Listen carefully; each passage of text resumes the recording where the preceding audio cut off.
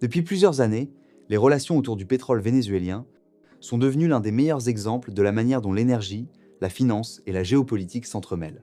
Lorsque l'administration américaine de Donald Trump a pris le contrôle d'environ 50 millions de barils de brut provenant du Venezuela, les États-Unis ont immédiatement mis fin aux accords énergétiques existants entre Caracas et Chine.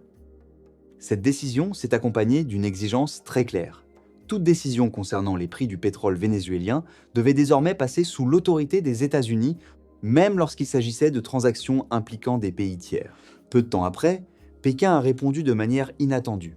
Les autorités chinoises ont annoncé la suspension totale des importations de pétrole en provenance du Venezuela et précisé qu'aucun navire transportant ce brut, quel que soit son pavillon, ne serait autorisé à accoster dans les ports chinois. Ce geste a immédiatement bouleversé la stratégie américaine et soulevé une question centrale. Pourquoi la Chine décide de se détourner complètement d'une ressource énergétique qu'elle exploitait depuis des années dans un cadre stable ? Lorsque l'on évoque les grandes puissances pétrolières, l'attention se porte souvent sur le Moyen-Orient. Pourtant, le pays qui dispose des réserves prouvées les plus importantes n'est autre que Venezuela, avec environ 300 milliards de barils, un volume supérieur à celui détenu par des producteurs majeurs comme l'Arabie Saoudite, l'Iran ou l'Irak. Le paradoxe est que ce pays, situé à proximité immédiate du territoire américain, a maintenu pendant longtemps une orientation politique et économique opposée à Washington. Cette attitude l'a placé au cœur des sanctions décidées par les États-Unis, qui se sont progressivement intensifiées à partir de 2017. Les premières mesures américaines ont visé la compagnie pétrolière publique vénézuélienne, PDVSA, en interdisant aux entreprises américaines de commercer avec elles. Les actifs de la société placés dans le système financier américain ont été gelés et l'usage du dollar pour régler les exportations de pétrole du pays a été bloqué. Dans un marché mondial où la monnaie américaine reste l'outil principal des transactions énergétiques, être exclu de ce circuit rendait les ventes plus difficiles et surtout les paiements presque impossibles. Même lorsque du pétrole trouvait preneur, il fallait passer par des intermédiaires, accepter des remises importantes ou attendre longtemps avant de recevoir les fonds. La pression s'est accrue en 2019, lorsque Washington a reconnu Juan Guaidó comme président par intérim du Venezuela et transféré entre ses mains le contrôle de Citgo, la filiale située aux États-Unis, qui représentait l'un des rares actifs internationaux rentables du pays. Citgo possède des raffineries et un large réseau de stations-service sur le sol américain.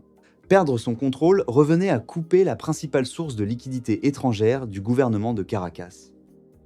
D'un point de vue juridique, les États-Unis n'ont pas présenté cela comme une confiscation, mais comme une réattribution aux représentants légitimes du pays, ce qui limitait les possibilités de recours du gouvernement en place.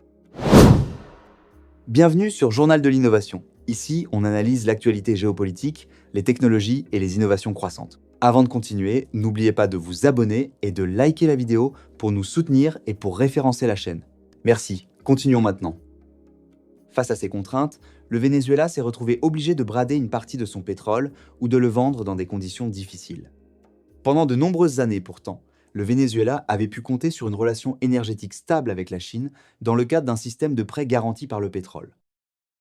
La Chine avait accordé près de 60 milliards de dollars de financement remboursable par des livraisons de brut à prix préférentiel. Ce modèle offrait au Venezuela un moyen de soulager ses finances tout en assurant à la Chine un approvisionnement régulier. Mais lorsque Washington a renforcé son contrôle sur les flux pétroliers vénézuéliens, les paramètres de cette relation se sont retrouvés bouleversés. En début d'année, un responsable du gouvernement américain a indiqué que le prix du brut vénézuélien, initialement autour de 30 et 1 dollar le baril, serait désormais fixé à environ 45 dollars. Mais l'enjeu dépassait largement la question du prix. L'objectif américain était d'imposer de nouvelles règles encadrant la manière dont le pétrole serait vendu, transporté et payé. En d'autres termes, tout pays achetant ce pétrole, y compris la Chine, devait suivre des procédures définies unilatéralement par Washington. Pékin a interprété cette évolution comme une tentative d'intégrer les échanges pétroliers dans un système dominé par les États-Unis, ce qui allait directement à l'encontre de sa stratégie visant à renforcer l'usage du renminbi dans ses transactions internationales. Le 27 janvier, plusieurs médias internationaux ont rapporté que les principales compagnies pétrolières chinoises avaient reçu l'ordre de suspendre immédiatement toutes leurs activités liées au brut vénézuélien. Les cargaisons en route ont été mises en pause, les paiements restant gelés et les négociations en cours stoppées. La Chine ne faisait pas que réagir à une simple pression extérieure. Elle refusait d'entrer dans un système où elle n'aurait aucun contrôle sur les règles du jeu. un système où les conditions pouvaient changer du jour au lendemain. Pour Pékin, accepter de telles conditions une première fois reviendrait à admettre la possibilité qu'elles se répètent, ouvrant la porte à une dépendance structurelle sur le long terme. Cette décision constituait également un refus silencieux de reconnaître la légitimité du dispositif mis en place par Washington pour gérer le pétrole vénézuélien, dont la légalité reste contestée sur la scène internationale. Les accords signés auparavant entre la Chine et le Venezuela avaient déjà fixé les prix, les volumes et les modalités de règlement. Entrer dans un cadre défini par un autre pays aurait fragilisé l'ensemble de cette architecture. Privés de débouchés rapides en Chine, les États-Unis ont cherché d'autres acheteurs. L'une des pistes explorées a été Inde, à qui Washington aurait proposé des avantages tarifaires pour orienter New Delhi vers un système énergétique aligné sur les intérêts occidentaux, au détriment de ses relations avec des fournisseurs comme la Russie ou l'Iran. En parallèle, des appels publics ont été lancés pour encourager la Chine à reconsidérer sa position. La Chine n'a pas répondu par des déclarations. Elle a poursuivi sa diversification énergétique en renforçant ses importations provenant d'autres régions. En réalité, ce que la Chine a rejeté, ce n'est pas le pétrole vénézuélien lui-même, mais une structure commerciale dans laquelle un acteur unique, en l'occurrence, les États-Unis, peut modifier les règles à tout moment. Si une économie de la taille de la Chine acceptait ce mécanisme, les pays plus petits se retrouveraient avec encore moins de marge de manœuvre. L'ordre international risquerait alors de se transformer en un système fondé davantage sur le rapport de force que sur des normes partagées. Cette situation n'est pas sans rappeler celle qui s'est développée au début des années 2010, lorsque Washington a durci ses mesures contre Iran. À l'époque, les sanctions américaines combinaient restrictions énergétiques et blocages financiers, et ne visaient pas seulement Téhéran, mais aussi tout acteur commercialisant son pétrole. En 2012, l'Iran a été déconnecté du réseau SWIFT et sa banque centrale a été placée sous sanction, ce qui a fortement limité sa capacité à vendre son pétrole brut. Même après l'accord nucléaire de 2015, qui avait permis une brève reprise des exportations, les sanctions ont été rétablies en 2018.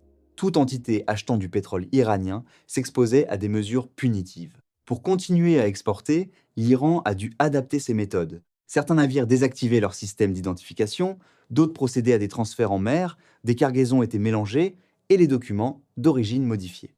Les marchés ont vu apparaître des volumes de brut lourd dont la provenance exacte était difficile à établir.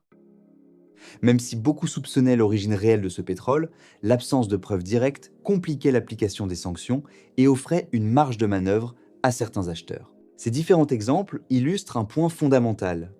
Les sanctions ne contrôlent pas les ressources elles-mêmes, mais les canaux permettant de les vendre. Le pétrole reste dans le sous-sol des pays producteurs. Ce qui est limité, ce sont les voies d'accès au marché. Tant que les sanctions s'abattent rapidement et que les pays ciblés n'ont pas le temps d'organiser une réponse, elles sont efficaces.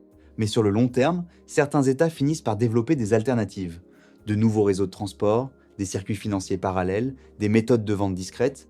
Lorsque ces mécanismes prennent forme, la capacité des sanctions à empêcher les exportations diminue. C'est pourquoi un nombre croissant de pays expriment leur malaise face à l'usage répété du système financier mondial et du commerce énergétique comme instrument de pression politique. Pour les nations disposant d'importantes ressources naturelles, la priorité devient de rétablir leur souveraineté, de reconstruire leur capacité de production et de rétablir la confiance des marchés.